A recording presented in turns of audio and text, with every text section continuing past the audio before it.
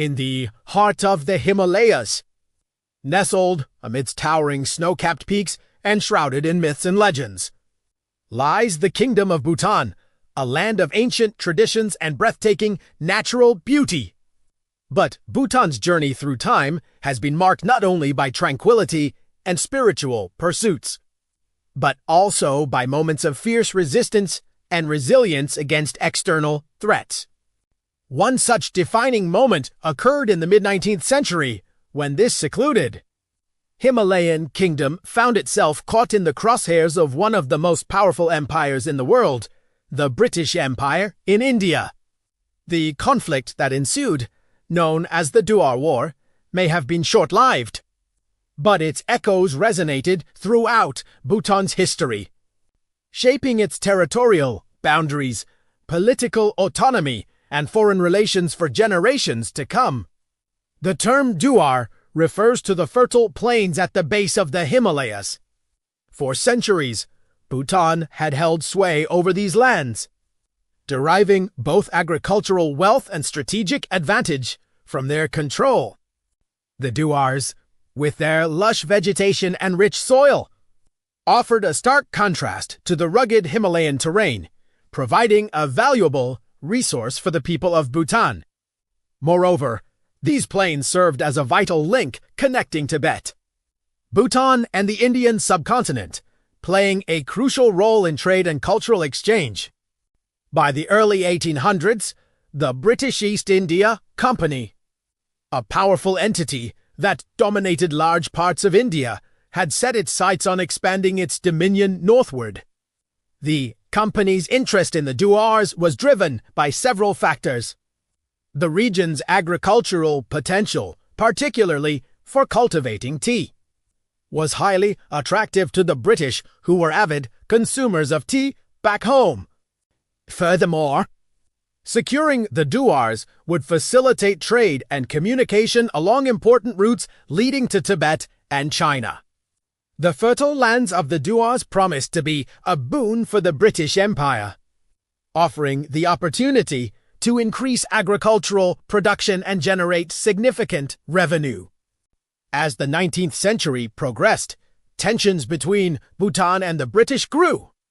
Disputes over cross-border cattle grazing, accusations of Bhutanese raids into Indian territory, and disagreements over trade. Regulations strained the relationship between the two powers. These disputes were further complicated by Bhutan's perceived intransigence and unwillingness to accommodate British interests. To the British, Bhutan represented an obstacle to their goal of establishing dominance in the region. They viewed Bhutanese control over the Duars as an infringement on their territorial ambitions and a hindrance to their efforts to secure their northeastern frontier. With diplomatic efforts failing to yield results, the British decided to take a more aggressive stance. In November 1864, British troops crossed into Bhutanese territory and began the process of occupying the Duars. What followed was a series of military engagements that would become known as the Duar War, despite their valiant efforts. The Bhutanese forces were no match for the firepower and military superiority of the British. The war lasted only a few months and resulted in a decisive victory for the British. The Treaty of Sinchula, signed on November 11, 1865, brought an end to the conflict. The terms of the treaty were dictated by the victors, and they proved to be a turning point in Bhutanese history. Bhutan was forced to cede the Bengal Duars and parts of the Assam Duars to British India. In exchange, the British agreed to provide an annual subsidy to Bhutan as compensation for the loss of these territories.